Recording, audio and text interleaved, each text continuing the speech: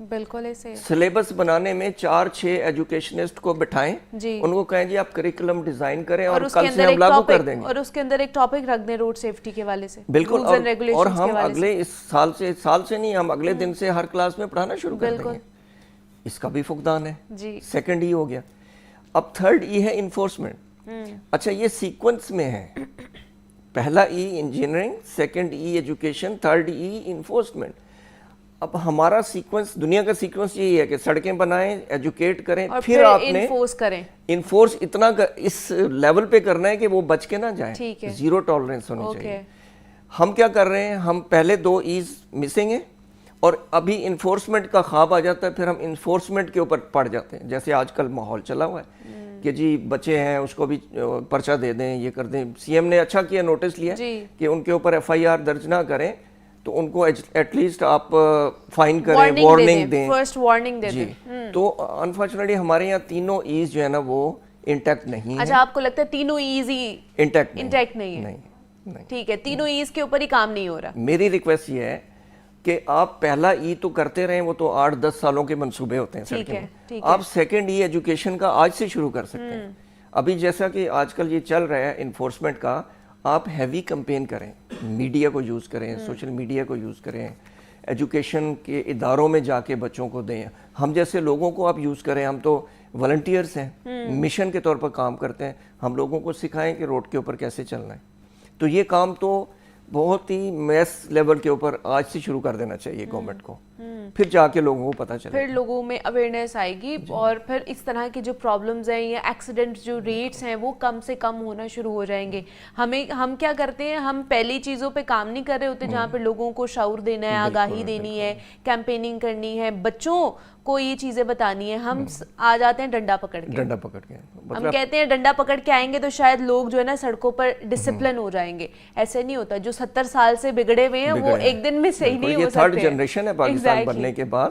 دیکھیں نا آپ روڈ پہ آپ نے آبزرو کیا ہوگا کہ ہیلمٹ کو وہ ساتھ میں رکھ دیتے ہیں. میں نے کئی دفعہ دیکھا بازو میں ڈالا ہوتا ہے کہ وہ اس کی افادیت نہیں سمجھتے. یہاں پہ اگر جو پیچھے بیٹھا ہوا ہے اس کو آپ نے ہیلمٹ بنایا ہوا ہے, آپ نے پہنا نہیں ہوا, اس نے ہاتھ میں پکڑا ہوا. خاتون پیچھے بیٹھی ہوئی تو اس نے ہاتھ میں پکڑا ہوا ہے. اس کی افادیت کا نہیں پتا, وہ چالان کے ڈر سے ہیلمٹ ساتھ رکھ لیتے ہیں, جب پولیس کو دیکھتے ہیں تو اوپر پہن لیتے ہیں. تو ہمیں چینج کرنے کی ضرورت ہے, مائنڈ سیٹ چینج کرنے کی ضرورت ہے کہ ہیلمٹ آپ کی لائف کو, آپ کی ہیڈ انجری کو بچاتا ہے.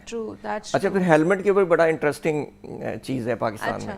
پاکستان کا انوائرمنٹ موسم جو ہے نا وہ کافی ویدر کنڈیشن گرمیوں میں بہت 50 ڈگری ہو جاتا ہے. ہیلمٹ کا ڈیزائن آپ نے قانون میں صرف ہیلمٹ لکھا ہوا ہے, یہ نہیں لکھا ہوا کہ ہیلمٹ ہونا کیسا چاہیے.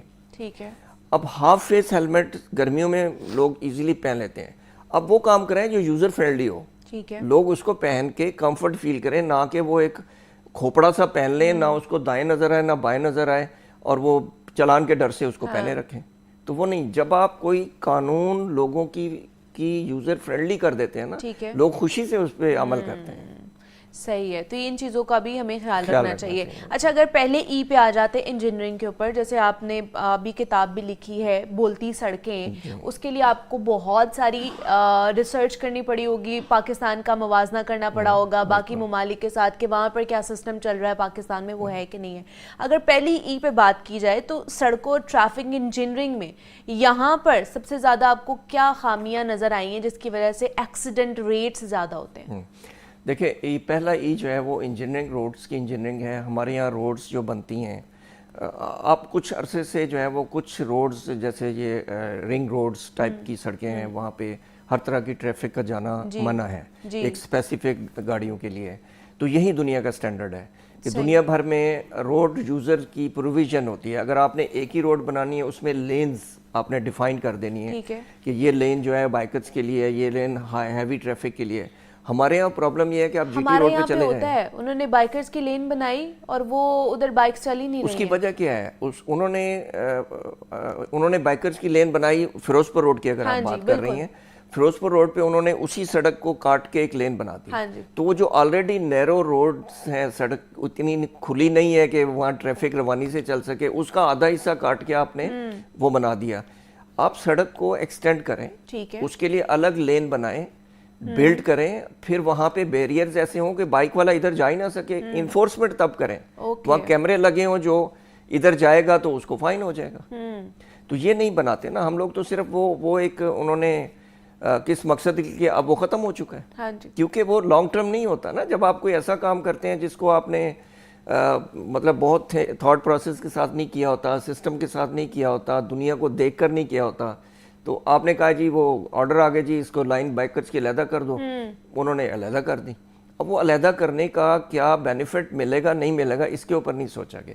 انجینئرز کو سوچنا چاہیے تھا کہ اس سڑک کے اوپر اگر یہ 20 فٹ 200 فٹ کی سڑک ہے تو اس 200 فٹ میں گاڑیاں کتنی چل رہی ہوتی ہیں. اگر توقیر صاحب ہمارے یہ جو انجینئرز جب یہ پرپوز کر رہے ہوتے ہیں, جب بنا رہے ہوتے ہیں, اگر وہ یہ سوچ لیں تو پھر ہماری ڈیوٹی کم نہ ہو جائے, ہم یہاں پہ بیٹھ کے بات نہ کر رہے ہوں اس کے بارے میں. وہی تو بات کری ہوئی, اگر وہ اس چیز کو سوچ لیں, اس مسئلے کو, کہ ہم نے لانگ ٹرم اگر کوئی پروجیکٹ لے کر آ رہے ہیں, کسی کے اوپر ورکنگ کر رہے ہیں, تو ہم نے لانگ ٹرم پروسیس اس کا لے کر چلنا ہے, وہ کہ وہ اگلے 50 سے 60 سال اس کا فائدہ ہو ہمیں. ہم کہتے ہیں اچھا ابھی ہمیں ملا ہے, ایک پروجیکٹ ملا, ہم فوری طور پر لے کے وہ ختم کر دیں, اس کا فائدہ ہے نقصان ہے وہ بھاڑ میں جائیں.